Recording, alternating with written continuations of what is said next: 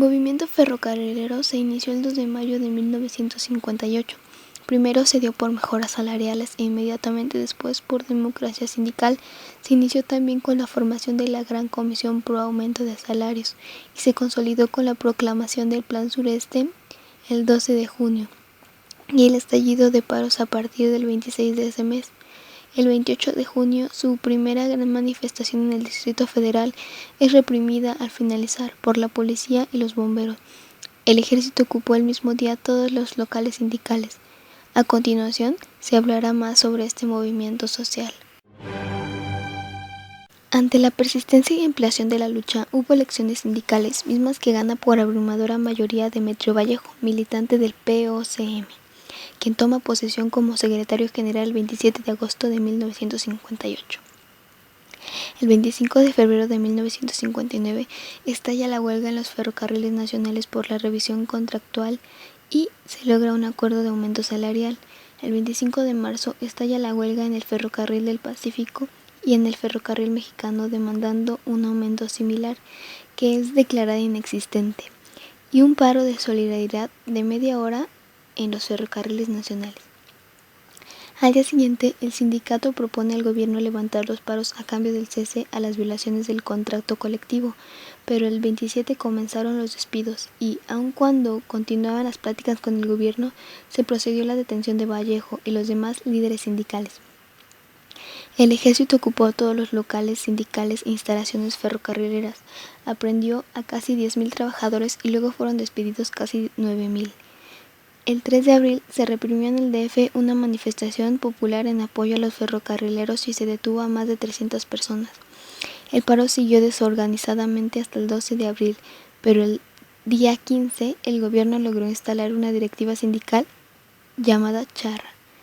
La represión prosiguió con el homicidio en Monterrey del ferrocarrilero comunista Román Guerra Montemayor y la detención el 17 de mayo de 1960 del líder del POCM, Valentín Campa.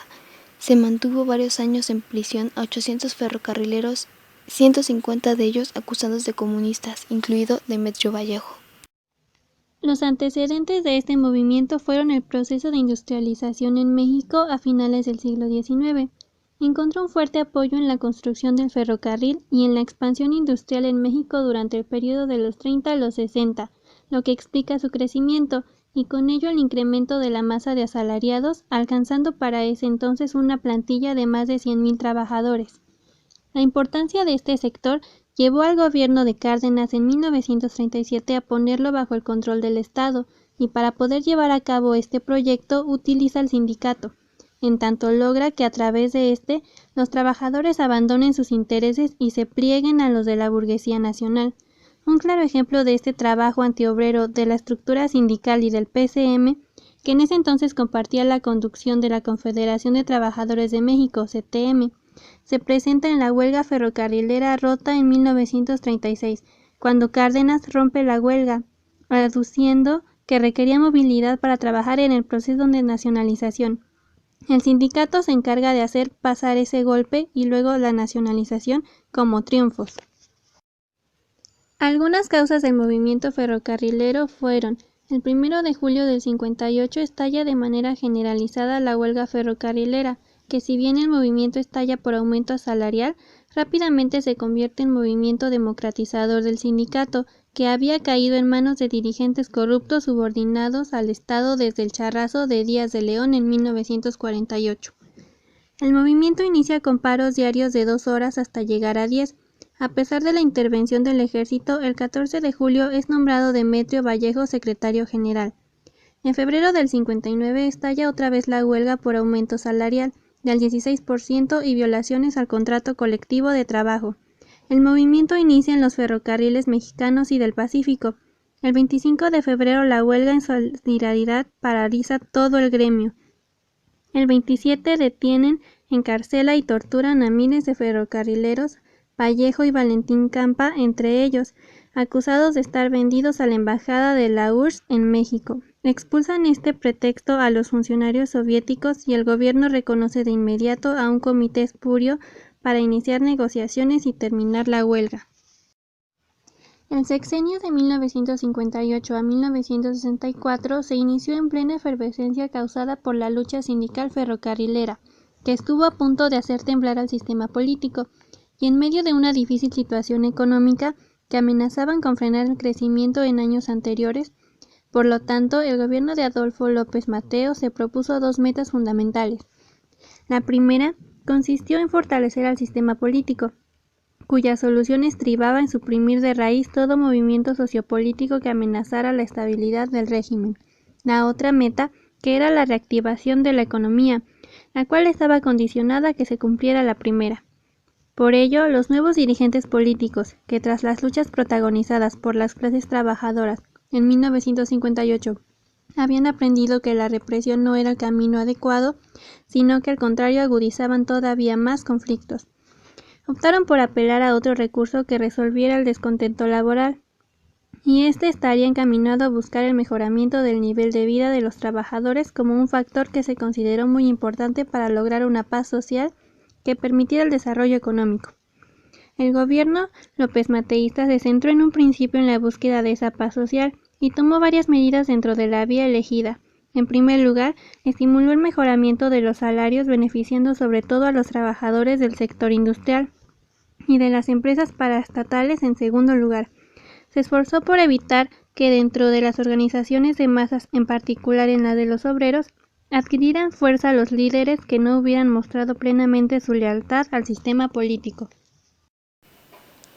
Ya para la década de los 40, la CTM iba perdiendo credibilidad entre los trabajadores por el excesivo corporativismo de la CUT, y con ella el STFRM se comprometían a contener el descontento de los ferrocarrileros e impedir el estallamiento de la huelga.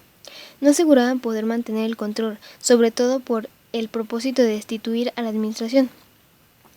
Bajo esos motivos, el Estado, mediante un golpe de mano, desconoce a los representantes sindicales e impone el 28 de septiembre de 1948 como secretario del STFRM a Jesús Díaz de León, alias El Charro. A partir de entonces, suele denominarse como Charro al sindicalismo oficial. Represiones contra el movimiento ferrocarrilero. El 28 de junio, su primera gran manifestación es reprimida al terminar muriendo los trabajadores Rafael Alday Sotelo y Andrés Montaño Hernández, este último rematado en una delegación de policía. El ejército ocupó el mismo día todos los locales sindicales.